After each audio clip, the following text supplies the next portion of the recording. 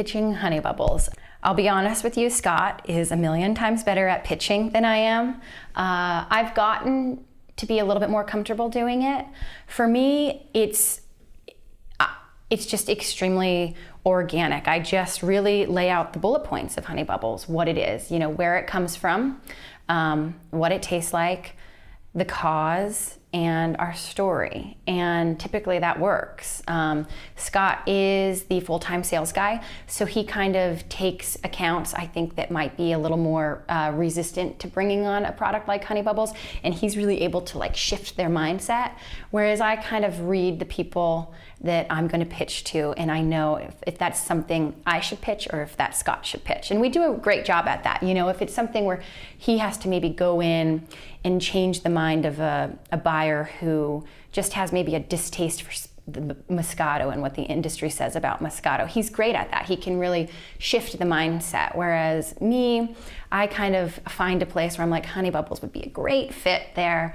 And, I can take on that account and feel comfortable in doing so. Hence, Scott is the full-time sales guy, and I usually am the administrative one.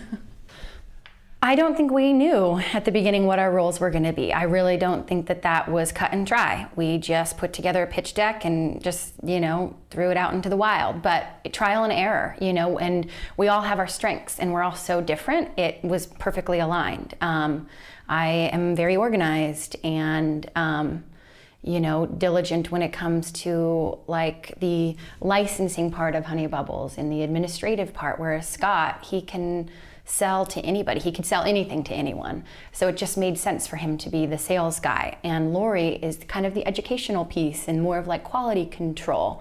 And so I don't think that we had a clear definition of who was going to do what.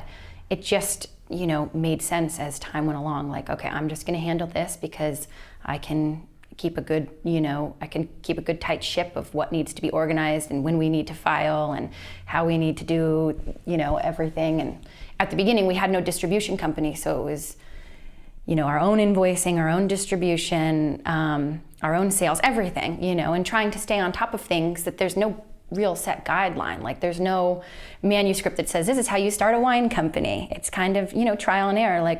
What licenses do you need? How often do you have to regulate those licenses? Legally, when do you need to receive payment? Who can you legally sell to? There's all these things and there's no handbook. So it's just trial and error and figuring out which person is good at what.